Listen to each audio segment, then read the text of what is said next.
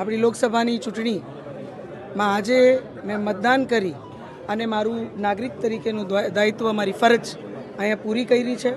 આપના માધ્યમથી હું સમગ્ર હાલાર, સમગ્ર રાજ્યના આપણા નાગરિકોને આજે અપીલ કરું છું, વિનંતી કરું છું કે આજનો દિવસ તમારા કોઈ પણ કામમાંથી ચોક્કસ અડધી કલાક કાઢી અને મતદાન આપ સૌ અવશ્ય કરો.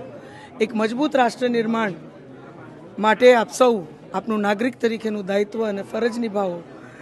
આપણે સૌ આપણી જાગૃતતા અને સમરસતાની પ્રતિતિ ક્યાંક મતદાનના માધ્યમથી કરીએ એવી પણ હું આપ સૌને અપીલ કરું છું. વિકસિત ભારતના આપણે એક મજબૂત અંગ બનીએ, આપણા સુધી આપણા અધિકારો પહોંચે, બધી જ વ્યવસ્થાઓ પહોંચે, એક સુરક્ષિત વાતાવરણ આપણને પ્રાપ્ત થાય, એક સમરસ વાતાવરણ પ્રાપ્ત થાય. એના માટે પણ આજ આપ સૌ મતદાન અવશ્ય કરો એવી હું આપ સૌને હૃદયપૂર્વકની અપીલ કરું છું. આજે આ લોકશાહીનો મહાપર્વ સમગ્ર હાલારમાં જ્યારે ઉજવાઈ રહ્યો હોય ત્યારે હું તમામ પાર્ટીના કાર્યકર્તાઓ જે છે એમને પણ હું અપીલ કરું છું કે દરેક પોલિંગ સ્ટેશન ઉપર આપણે એવું વાતાવરણ બનાવીએ જ્યાં નાગરિકોને કોઈ ભય ના રહે, કોઈ પ્રેશર ના રહે, એ બહાર નીકળી અને પોતાના મતાધિકારનો ઉપયોગ કરી શકે એ પ્રકારનું આખું વાતાવરણ જાળવીએ. સમગ્ર હાલાર એક મોટો પરિવાર બની, સમરસ બની અને આપણે લોકશાહીનો આ મહાપર્વ સાથે મળીને ઉજવીએ એવી અપીલ કરું છું. નાગરિકોને પુનઃ વિનંતી કરું છું કે આપ સૌ વડીલો, આગેવાનો પરિવાર સાથે બહાર આવો, આપણા તમામ પરિવારો બહાર આવે અને આજે મતદાન ચોક્કસ કરે એ આપ સૌ સુનિશ્ચિત કરો એવી હૃદયપૂર્વકની આપ સૌને અપીલ કરું છું.